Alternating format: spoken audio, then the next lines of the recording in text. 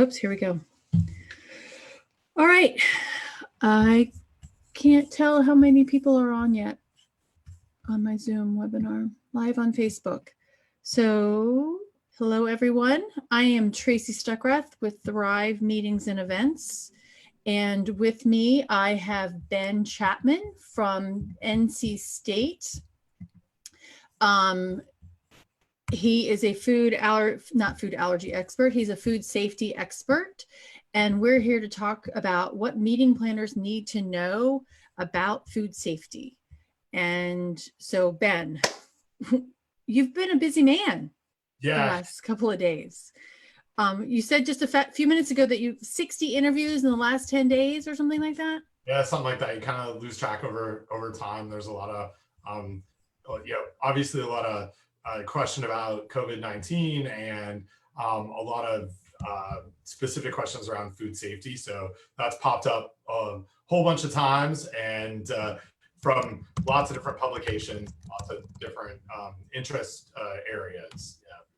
I'm sure, and I mentioned, so hey Deb, hey Isabella, hey Beth. We are going to take questions. I've got a few questions for Ben that we're going to talk about, and then just kind of get things covered, and then we're going to take questions from the audience. So you can use either the Q&A section at the bottom of your Zoom box, you can use the chat, or you can use it, I think we're on Facebook Live. So if you can get it on Facebook Live, that'd be great too. So, so Ben, with food safety and COVID-19, some things, what popped into my mind to call you immediately was that I saw an event announce that for an event later on this fall that they're working with their food service provider at a convention center, and they're going to go to prepackaged foods. Do we need to go to that extreme, meeting planners, with COVID or anything? So, as a food safety specialist, or the area that I focus on is really how does food be a vehicle to transmit viruses and bacteria. We really haven't seen food itself be a risk factor in this outbreak or with other respiratory diseases. One of the things, your question about should we go to prepackaged food, it's one of these situations where I think that is a prudent step, especially if it eliminates the common touch, common use utensils, which are so common in many of the events that I go to, right. where it becomes much harder to manage those. And in fact, that's exactly one of the things that we have seen as a risk factor. The two biggest ways that people get COVID-19 from all the epidemiology and everything that we've seen so far is really being around individuals that have symptoms. That's number one, way over the top. And number two, touching hard surfaces that individuals also who are sick have either touched or have coughed on or have transmitted the virus. And so being able to manage both of those two things are really our biggest, important. One of the things, I just saw one of the Q&As that just came in. Tracy, I don't know if you wanted to take that. Yep. Is this the end of the buffet? Past hors d'oeuvres, because we don't want people touching serving pieces or accidentally sneezing on food. I don't know. I don't know if it's the end of the buffet. One of the things that I suggested earlier on in this outbreak, when things were still open, I think right now my best recommendation is, we really shouldn't have people seating together in restaurants and in large events. But I do think that there are ways to manage the safety of a buffet line that changes a business model a little bit. And the easiest way to do this is to have service from staff. So and I don't know, this is one of those hard questions. I don't know what this looks like 3 months, 5 months, 6 months from now, as we do hopefully get back to some normal life of gatherings. But especially if COVID-19 is still being circulated and transmitted throughout society, being able to limit what people are touching and then not having the ability to go wash their hands afterwards or use hand sanitizer is really prudent. So it may be that we are sort of changing how we're looking at things, for 3, 4, 5, 6 months from now.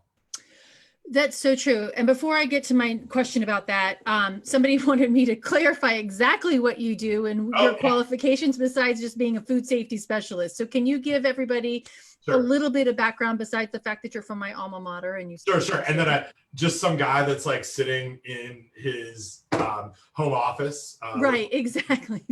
So I'm a professor and food safety specialist, extension specialist at NC State University. For the last 11 or 12 years, I guess I've been at NC State. I do research and extension and outreach in all areas of food safety. Much of my research really focuses on consumer food handling, what people do in their homes around food safety, as well as restaurant food safety and institutional food safety. So the things that lead to foodborne illness outbreaks. And most of the time, not when COVID-19 is happening, but most of the my normal time, I look at things like norovirus, pathogenic E. coli, salmonella, hepatitis A, the pathogens that are transmitted through food that are important to public health in the U.S. I also do a lot of work with farmers markets, food pantries, and transportation of food, as well as distribution in warehouses, and sometimes all the way back to a farm or community gardens. So sort of all along those lines, but very focused around food safety. That's fantastic. And I got through ServSafe, I have my food handler certification and am actually going to jump it. I used to have it as the trainer, and I'm going to jump it up to be a trainer again, so I can add that, additional education opportunities for myself. But we don't need meeting planners to go and get food handler certified. I don't think. I mean, it might behoove them to have the education behind them for that. But what best practices should meeting planners know, to go ask that food service provider at a convention center, or, an idea just popped back up, but food festivals. That's a whole nother level of food safety that we need to talk about. Yeah, but again, go back to the question of what should meeting planners know? Yeah. So, I'm all for, being that I'm at an educational institute, I'm all for more education, whether that's formal, in the sense of like taking a food manager certification course. We actually run one at NC State called Safe Plates for food managers. Okay. That's ANSI accredited class, similar to ServSafe. I'm all for more education about the types of things that could go wrong. And that's really the world that I live in, is like what could go wrong. In large events, we've seen multiple outbreaks. Like, this isn't, COVID-19 is not our first rodeo in this with large events. Going back to, I think of one of the more famous food festivals in the Midwest, the Taste of Chicago, had, I believe it was a salmonella outbreak back about 10 or 12 years ago that led to over 1,000 illnesses. Having a lot of people handling food in a small area, and in temporary events, like not, food being prepared offsite and transported somewhere else, those can all lead to issues. As it relates to sort of what's happening right now with COVID-19, I think one of the benefits that we do have with the traditional food service, institutional food service, catering and business process is that all of that is regulated under some form in the US of a food code, a national standard. So a lot of things, and especially the interviews that I've been doing over this last week, I've been really reinforcing that when it comes to hand washing, employee health and wellness, employee health policies, cleaning and sanitizing, and now we're really talking about cleaning and disinfection. Those are not new concepts to the world of food service or events, because we've seen lots of things in the past. Right. And so So I mean, going back to your question, I really would encourage people to get some level of education around what could go wrong and what are good things to ask food service about, whether they have, how they clean and sanitize, how they know whether their employees like um, are not ill, what kind of policy do they have on that, how often are they expecting that food service provider to do cleaning and sanitizing of buffet utensils, all the stuff that we've already talked about. Really being armed with an ability to ask those questions comes from some of that education. And I think that's great. I mean, one of the things, event planners, meeting planners, we have a lot on our plate already, and this is totally going to be adding to it. I mean, I added food allergy management to them 10 years ago, and I continue to do that. And this plays into that, cleaning and sanitizing and understanding all of that. So everybody, I will put the links online of where you can get food handler certifications through ServSafe, National Restaurant Association. But when Terry Blumenstein is asking, because the other option too, and another friend of mine texted me and said, hey, my boyfriend's working a movie and they switched to from self-serve to servers serving them. That's a humongous cost that those hotels and convention centers are going to pass on to meeting planners. I mean, she just got a quote and it was an additional $4,000 to her food and beverage bill, at $6.66 per attendee to add on to that cost. And in this time of lack of staff to be able to staff some of these convention centers, that's going to be really hard to do. Right. Yeah. I guess it's one of the situations right now where I think we're really going to have to look at the business model, at least in the short term, on what types of things need to be adjusted, and how quickly this evolved.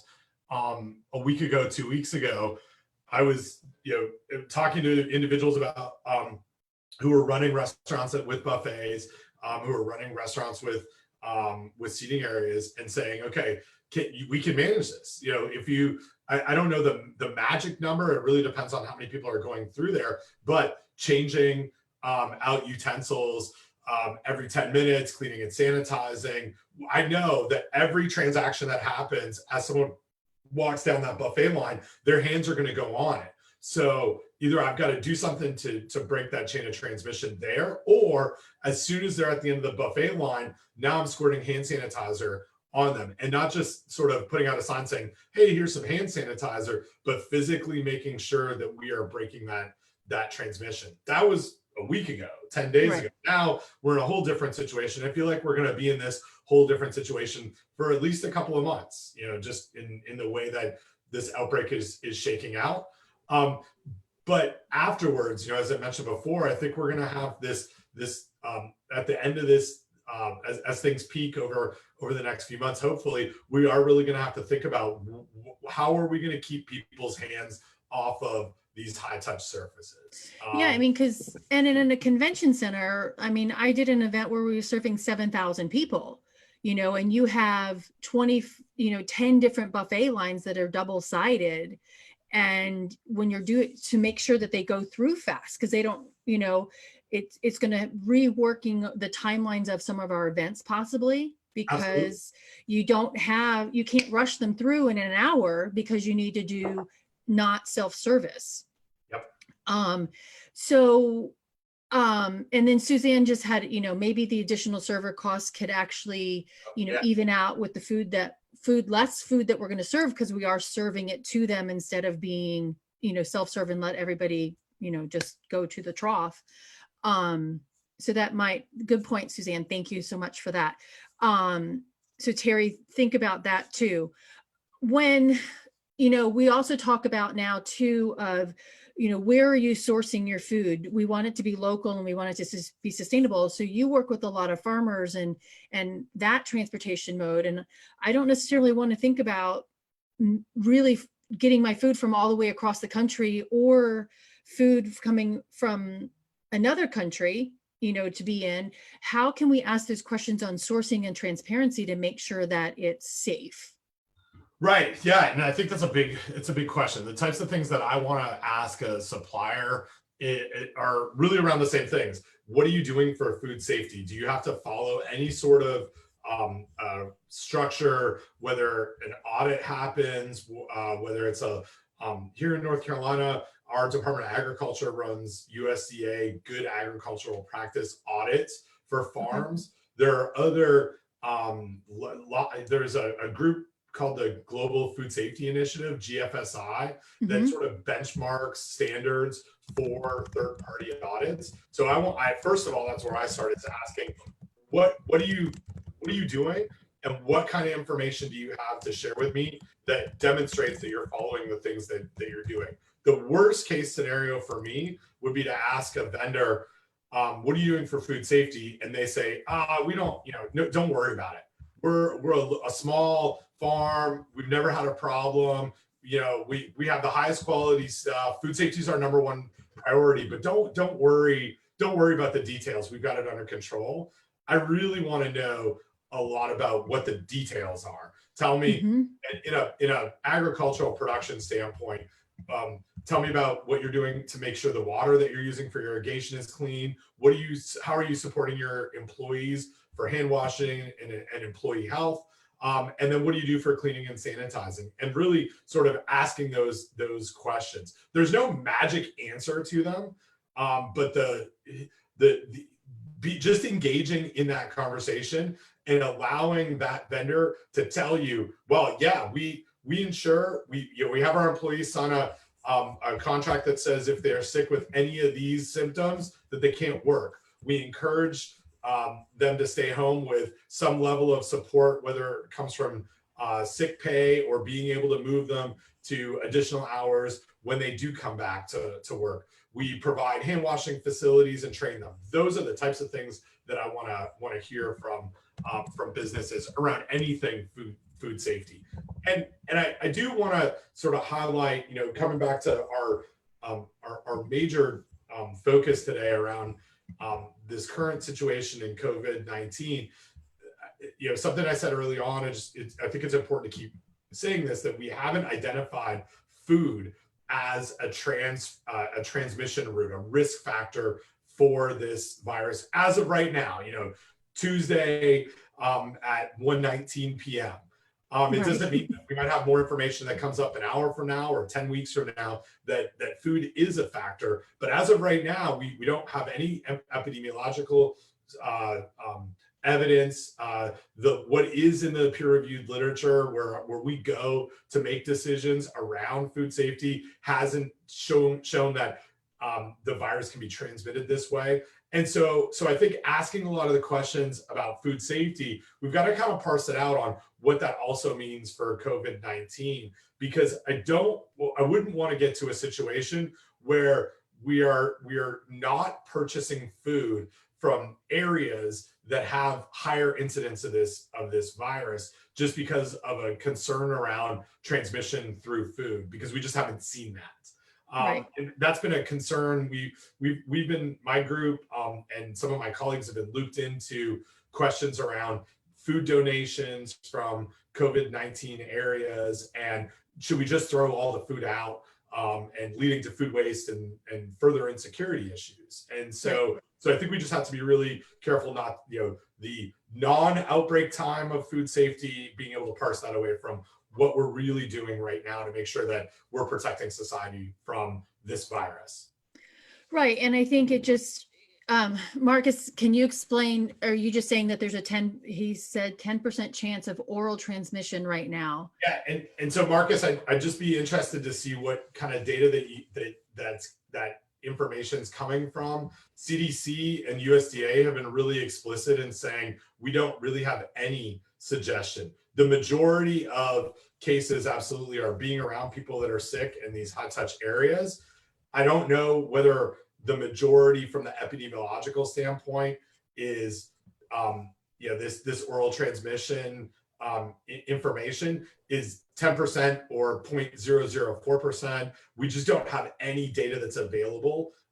And so I'm really interested from, to understand more about that data source. Because like I said, the health authorities nationally that are managing this really have been explicit on this. And I think there's lots of, there are things that we could do around food, whether, I don't know, Tracy, if you want me to get into like packaging and takeout food, if that fits into the scope for our discussion. I mean, the only thing for meeting planners in general, for takeout is the fact that we look to really want to give donations, Right. And what are companies doing? MGM is really, I think, ahead of the game in that, and that they're flash freezing the food to give to the food banks and stuff. But we have to, and I know there's other organizations out there that are doing it. And one of the biggest, I don't want to say bone of contention with venues donating the food when meeting planners ask is I don't want to get sued. And we say, oh, well, the Bill Emerson Act is there to protect you. But I think in this COVID-19, even though it currently is not being said that it can be passed through food and beverage, it makes us really more conscious about what that food safety practice is. Sure. Because I know you can't donate food that's been on the buffet. Right. It has to be back of the house. It has to be time and temperature controlled. Yeah. But meeting planners need to get better equipped, and hoteliers need to better understand how to do it the right way. Yeah, absolutely. I'm actually part of a project in Charlotte, North Carolina, looking at this post pre-service food leftovers, exactly like you mentioned, on cooling, bagging, freezing, and distributing, similar to the MGM model. And walking through food service operators concerns about it has been a barrier in the program. Following all the information that's provided in the food code about how we handle food all throughout that line, treating that food, even though as leftovers, still as a time temperature for control food, and cooling as per parameters in the food code, and then freezing, and then monitoring the temperature through transport, through distribution. We can absolutely do that in a safe way for the foodborne pathogens. And then if I look at adding the level of COVID-19 on top of this, we do know that that hand washing around packaging is very important as well. So even if it was on there, if one of my food employees or someone who was donating this food happened to cough, they're symptomatic, coughed on this package, the person who receives it after handling that package can break that transmission route through hand washing as well. So it is, I guess a lot of the work that my group does and where we kind of approach this is there are safe ways to do this. There are risk reduction ways to do it. Sometimes it's a little bit more complicated than our original business plan is. And I think that's really in line with the question that we got earlier about changing the business practices, where we can still continue to do things in the future with this type of stuff in mind, but it just might change where those costs go and how much attention we need to put into it. Yeah, I mean, it is one other thing that we have to pay attention to, and our food service providers need to be willing to share that information. And I mean, because even with talking about food allergies and just trying to get the information on that, they're like, what are you talking about? I don't know that information. And they're not willing to spend the time to figure it out. I mean, doing an event for 7,000, that one event I mentioned, we had 683 people with dietary restrictions. Right. And managing the safety of that, and how do you get it to those people, and making sure that the servers are not, contaminating them, or just quality control, because their gluten-free, dairy-free meal one day had scalloped potatoes in it. That's not gluten-free, dairy-free, Right. So, I mean, all right, we have one new message on here. Let's see. From small events in the next 3 to 5 months, if they end up being able to happen 100 to 120 people, what would your recommendation be for the safest method of food delivery? Staffed buffet versus plated meals versus to-go bags, or pre-wrapped food only? What is that's a really Yeah, that's a great question from Andrea. So I guess my first initial response is I don't think we should even really be entertaining small events for the next 3 to 5 months. Realistically, I don't think we're in a situation where that's likely to happen from a risk of transmission from just being around other individuals that are sick. So let's push it out. Let me answer that question from, let's say it's 6 months from now, or whenever it is that we're able to do it. My recommendation would really be looking at all hand touch areas and looking at those close, what are the risk factors when it comes to buffet lines are just that, Tracy mentioned just that lineup of individuals all standing close together with a plate, one person coughs. Now I've got definitely 6 or 8 people within this 10-foot radius around me if I'm running on 2 sides of a buffet line.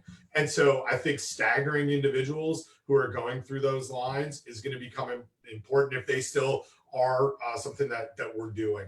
I think one way to really manage this would be to go to some sort of pre-wrapped food only for a short amount of time.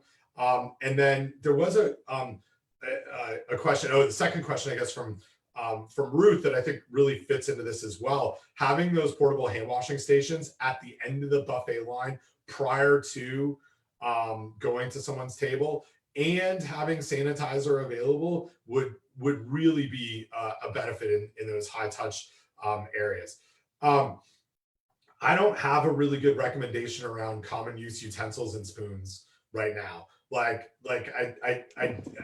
think the least risky way is, if I'm going to run this, having individuals just bring me their plate, and now I've got a staff member that is scooping all of this, where I can manage that staff member's hand washing, as opposed to, okay, maybe we have a way that an individual can take their own spoon through all of this. Well, now, as you mentioned, Tracy, now we've got allergen issues, and we have this idea of dragging food quality control from food to food. We have issues around gluten-free. We have issues around vegetarian options and vegan options where I don't even know if that's a realistic situation. So having someone there who's managing it is probably the best, and then encouraging that hand washing right afterwards is maybe where we're at.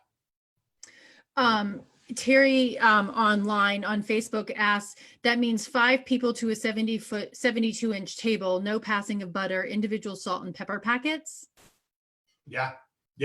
Those sound very very reasonable.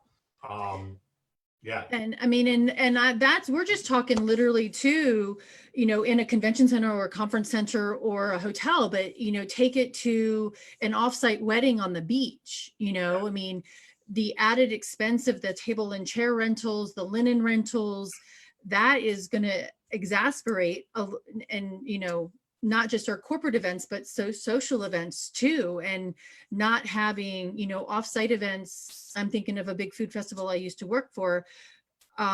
We only had enough hand washing stations just for the chefs. And, some people got mad that we even had to have them in the first place, but it's food safety, people.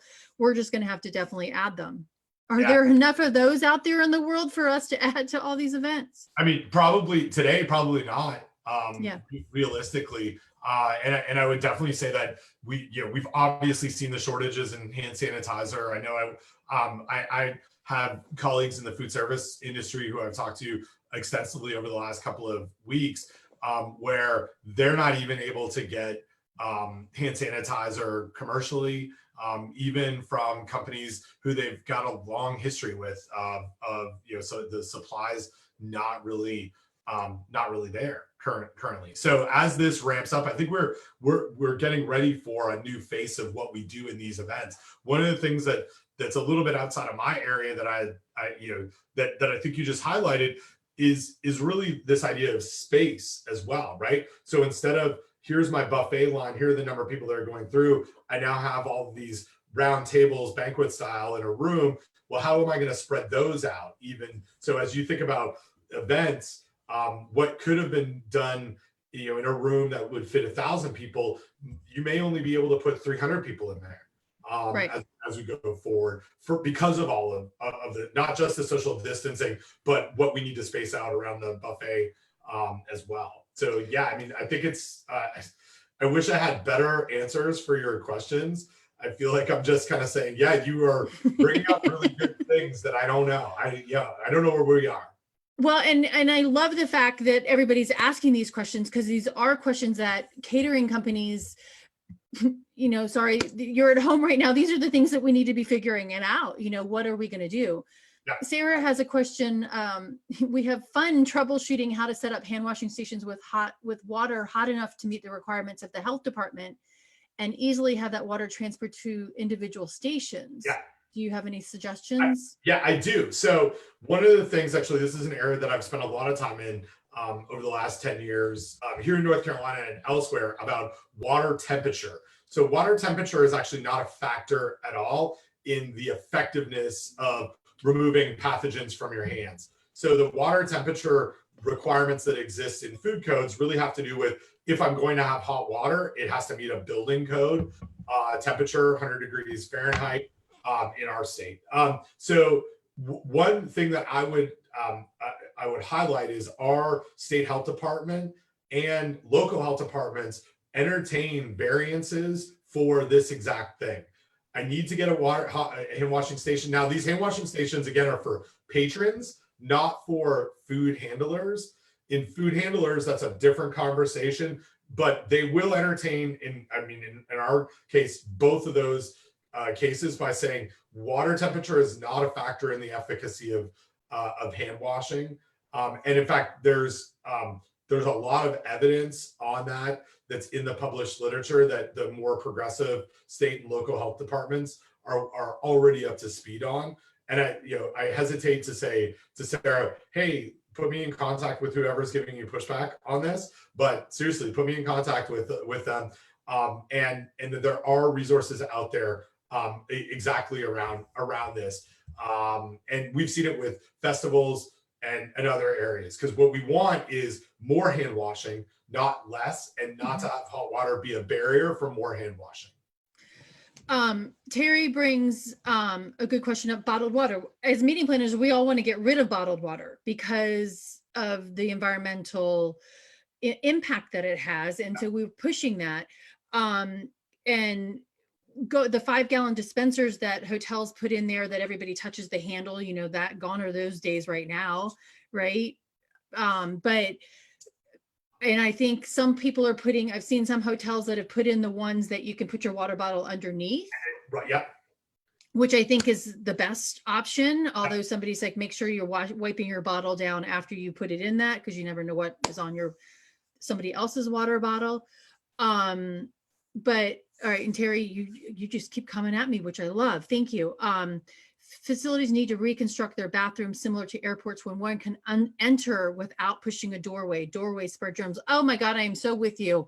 Even in office buildings too, there's so many handles that you have to touch to get into the bathrooms without washing hands. Yeah, no, I absolutely. So on the water bottle side of things, again, from a food safety and as we put into COVID-19, water bottles, they lead to a lot of waste. Absolutely. They're a pain in the ass. No one's going to argue with that whatsoever. From a transmission of virus or a transmission of foodborne pathogens, it's a very, very low risk place. It is possible that someone's hand does go on that bottle, transmit a virus, leaves it there, and then that ends up in someone's mouth. I would say that we don't have any indication that would lead to this illness. Norovirus is a totally different situation where I would expect that could be problematic, but we haven't really seen them as the source of issues. Moving away from it, in today's sort of environment, I would hesitate us against those single-use taps, not single-use, high-touch taps, where those 5-gallon jugs, where we see infused water in lots of situations with ice and Right. other areas. Pouring is going to be equally as problematic because the individuals are going to touch it. But I have a mechanism to break that transmission with, is if someone's going to do this, that they wash their hands, or that we have staff that are serving serving that water. And I do think that we'll see some sort of change in more automatic water dispensers as we go forward.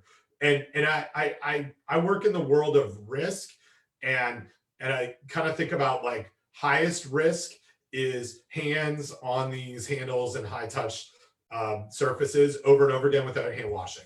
Lower risk is hands on those surfaces with some hand washing. Somewhere that's probably close to that low risk is automatic water bottles, and worrying about having what I touched come onto my water bottle or onto my pitcher. It's not that it's not impossible. It's just a very, very low likelihood that would lead to a transmission. That reminds me of my boss from like 15 years ago, who complained about the woman who put her water bottle up, and she had her lipstick on the outside of her water bottle, and he's like, she's touching the spigot with her lipstick. Yes. Yeah. So let's talk about norovirus and salmonella. I mean, what is the prevalence of that right now? I mean, in tracking, there's the recall for the romaine lettuce and things like that. What are you seeing anything, evidence of any of that growing, or is there better practices out there? What do you? So I mean, I'll give you the big general answer to that, is that we estimate that we have about 48 million cases of foodborne illness a year. I think that was in your information around this webinar. That's a pretty stagnant number. We have years that we would estimate a little more, and we have years that estimate a little less. We don't see a decrease over time. That number has been pretty static for a while. About half of those illnesses, we believe, are norovirus. 25 million cases a year linked to food and food settings. In event planning, if I was to pick a pathogen to worry about, it's norovirus. The second pathogen I would worry about is hepatitis A, and it's really not a risk to public health. It's more of exposure chance because of number of people that come through a large event, and that if a food handler who is preparing food or was handling any sort of food had hepatitis A, we're likely to see a public health message out to say, go get a post-exposure vaccination. And hepatitis A has been a growing epidemic throughout the US over the last 3 or 4 years, especially in our population that struggles with housing and also with intravenous drug users. So hepatitis A it's an issue. Salmonella and E. coli and other foodborne illnesses, they go through cycles of up and down. Truthfully, over the next couple of months, as everybody is focused on COVID-19, my guess is we'll see less outbreaks and recalls, just because we have less public health dollars to go towards our focus on monitoring for them. It's not that the pathogens aren't there. It's just we've got other things that we're focused on that are much more of a crisis than food safety will be sort of right now. The big things that event planners can think about when it comes to food safety, and we've really touched on this, it's sourcing, making sure that we're asking those vendors questions, making sure that the food service providers that we're using know what they're doing, that even getting down to the background of what's their inspection score look like in almost exactly in almost every jurisdiction in the US, I have the ability to go online and look at the last 4 inspections or 3 inspections for the food service provider that I'm using at a banquet hall or a catering event or some other. So where would we find that? Local health department. Okay. Yeah, wherever that business is located. And I shouldn't say that it's 100% coverage across the US, because it's not, but it's 95% of the places that health departments in the US have that information available. So I can go look at, is this vendor, do they have good hand washing? Do they have problems with temperature control? And those are the two big things that I would worry about in a large event. Can they keep food at the right temperature? And what about the handling of it from a hand washing food safety issue? Yeah, that's one of the questions I tell planners to ask as well. I mean, is what is that? What is the score? One that I've had a hard time finding out, and I've looked a couple of different times, is hotels. Sure. Finding their health score from that, because you're serving your buffet, but you're also might be the restaurant, and a lot of restaurants are not owned by the hotel. So you could potentially find the restaurant name, and I'll just use MGM because all those restaurants, but trying to find the, hotel's food service score to me has been hard. It's yeah. And so, I mean, I think you talked about one challenge. The other challenge is the hotel, almost like a grocery store, may actually have 3 or 4 locations that are permitted separately. So their catering facility may be one kitchen, their restaurant may be another kitchen. In other cases, they're one and the same. So, right. So for the very basics place to start is to ask the hotel themselves and say, can you tell me where I can find your health inspection scores? Right. Yeah. And if they're like, we don't really want to share that with you, you might think about another hotel. Secondly, calling the local health department, because they absolutely will know. If you say, I'm going to X hotel for this event at this location, I'd like to know what the most recent health inspections show. They'll be able to give you that information. And so Suzanne asked a question. Sorry. No, it wasn't Suzanne. Beth asked the question, will health departments post this online, or do you have to request it per venue? It's hit or miss. And I can only speak about North Carolina. The majority of our counties have this online that I can search by business name or by address.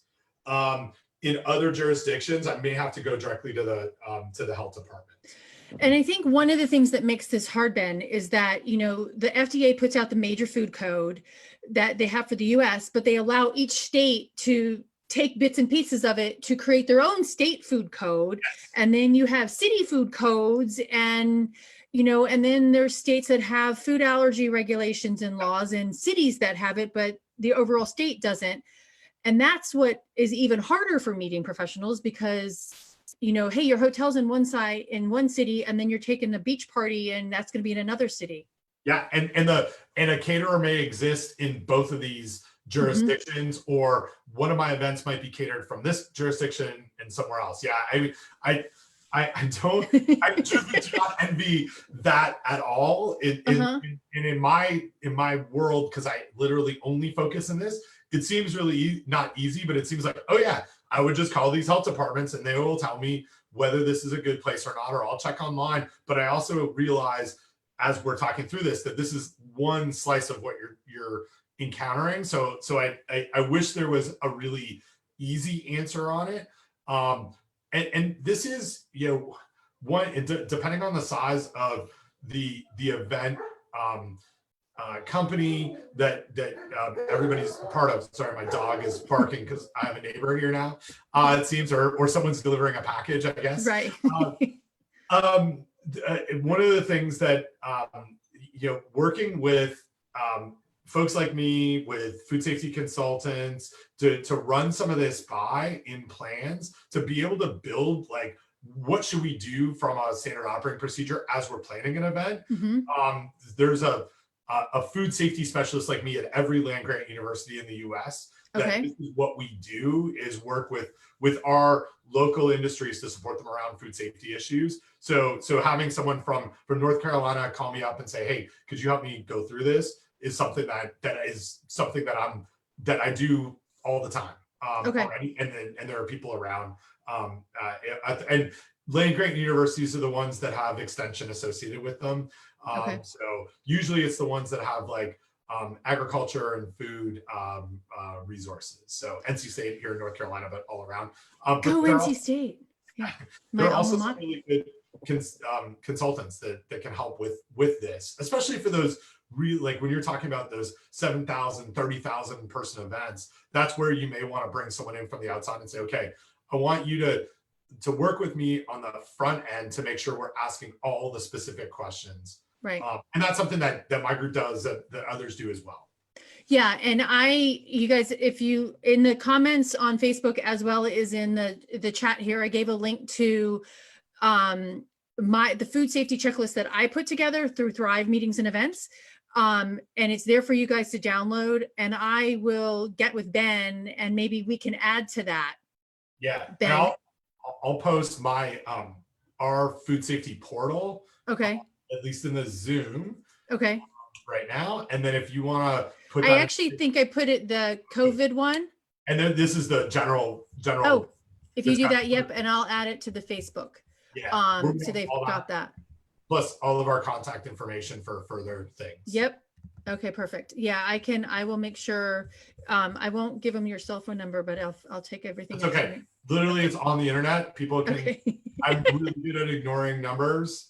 Okay. And checking voicemail and reading emails. So yeah, no, that's no problem. One of the things, everybody, we've got 2 minutes left, but one of the things when I first met Ben, he was giving a presentation to the Dames des Escoffiers, which we'll go into that later, but on food safety in the home. And he's doing some research with the FDA on chicken and how we use chicken in the house, in our houses. Can you tell us what not to do and what to do? Because we're all at home making our own food right now. Yeah. So Tracy is talking about a couple of projects that we've been doing for the federal government.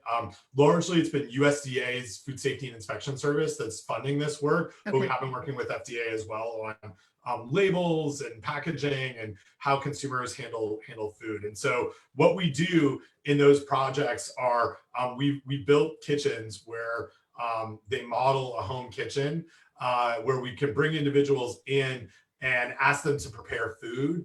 And we have a variety of ways to figure out what happens from a food safety standpoint when they're preparing that food. We have a series of video cameras where we can look at hands, whether they use a thermometer, where they put that thermometer into certain foods. We also have used thermometers that have data loggers in them, so we know exactly what temperature certain food hit as the consumer makes their meal. One of the projects that we've really focused on understanding the spread of bacteria in a home kitchen, we put a non-pathogenic surrogate, which is like science speak for there's a bacteria on the chicken that doesn't make anybody sick, but if we find it in the kitchen after they've made food, we know the only way that it got to those areas in the kitchen is because we put it there on the chicken in the first place. And we really use that to assess when someone washes poultry, where it goes. And some of the big findings that we found in that USDA published and promoted last year was during chicken washing, you don't, we used to say, don't do it, and don't do it because it spreads pathogens all throughout your kitchen. And it's really not fully complete. It's don't do it because it deposits those pathogens in your sink at a really high concentration. And then we do a lot of other food preparation in the sink. We might take lettuce, whether it's romaine out of a romaine or something else, we put it into a colander and we run water, and that water bounces those pathogens off of the sink into that lettuce, and now I have pathogens in my salad. So we do a lot of work in that area, really trying to understand. And literally, it's not just consumers. We're doing projects now with food service employees on hand washing compliance, using sanitizer versus hand washing, and what that means. So we bring lots of different people that are around food into our facility to understand their behaviors and what it means for food safety. Yeah, I mean, I think that, and I love the fact that you're going into food service, and I was looking at the clock and we still have 10 minutes left, so I'm good. Because you've got food coming from the back of the house, you've got staff workers that are coming in that, have only worked in the kitchen once or twice or never before, and then especially with large events, because the staffing at convention centers right now is really hard to come by. Yeah, absolutely. And getting them trained to understand all of that. And then they're passing it off to the front of the house staff. And what kind of training have they gone through on food safety as well? And I think those are questions that planners need to be asking those, of their food service providers as well. One of the things I thought about earlier when you were talking about, buffets, we've got vertical buffets, and this is really going to impact the design aspect of events. When you've got a catered wedding and you've got all these fancy buffets and whether it's in a hotel or in a tent or anything like that, how we do these pretty presentations and having staff there, or is it me taking the crudité off of the bar to eat? It's going to impact not just meeting planners, but the design aspect of the industry. Yeah, I just want to keep coming back to the main risk factors. So design's gonna matter. I would say more about the lineups, not the people are close by. But really, and in any event, this is one of the things that I think is becoming much more prevalent in the situation that we're at, is that really just having people that are symptomatic around other people is really our biggest factor, right? Okay. So as an event planner, being able, last week, I think a lot of the messages were like, well, we should avoid having people who are symptomatic around other people, right? 5 days later, it's like, those people need to stay home. Like, it's not just avoid, it's not like discourage this. The message, the tone of the message has changed. I don't think the tone of that message should change for a long time. I think I think we really need to tell people, this is our biggest problem. This is our biggest risk factor. If you're sick, don't come to my event. And I say that in knowing that that's really easy for me to say as a food safety person. I know it's a much more awkward conversation in event planning. I think if we look to cruise ships as a model, cruise ships have gone through this multiple iterations around norovirus, where now they invest in staff time to screen people prior to, right? Like, let's look at, are you well enough to be on this ship for a week or for 3 days? And certain events, our new normal might be actually saying, don't come here. If you have symptoms, we're going to ask you to leave. Be prepared for that, because that really is our biggest risk. And I think about your world and think about the awkwardness of telling someone's family member, you're at a wedding, and being like, I'm sorry, you're gonna have to go. Like, you're coughing all over the place here. But I think that's where we are. I was, just as an anecdote before we finish our time, I was at the grocery store a couple of days ago, as I'm practicing my self-checkout and keeping lots of social distance, there's an individual walks in and really just starts coughing.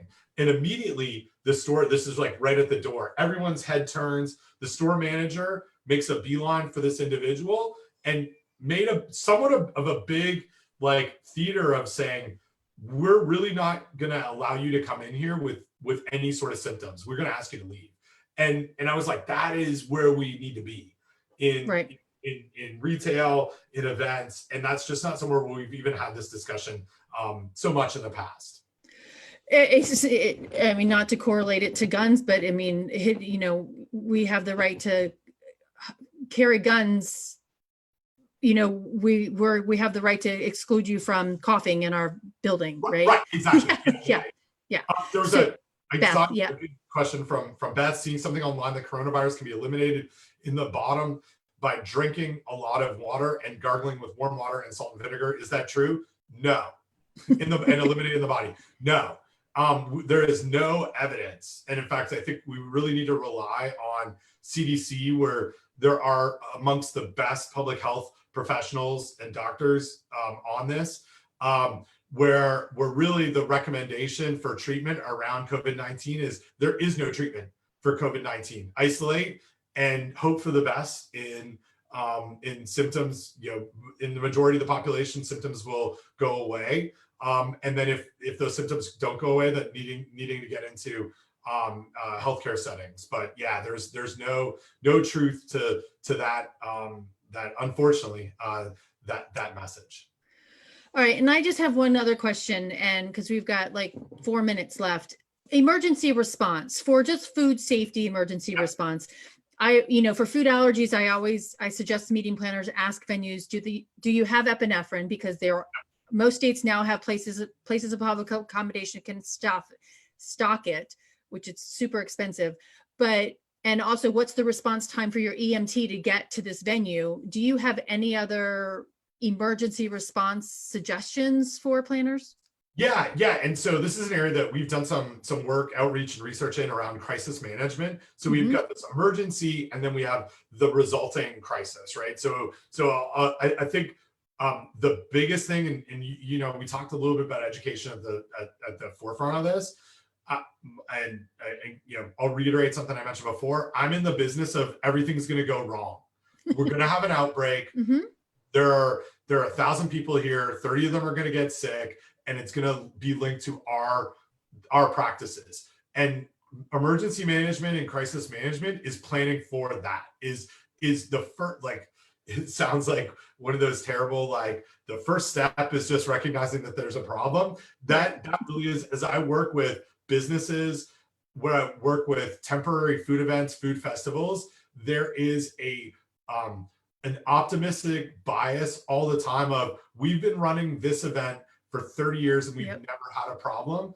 And not to rant too much, please don't do that.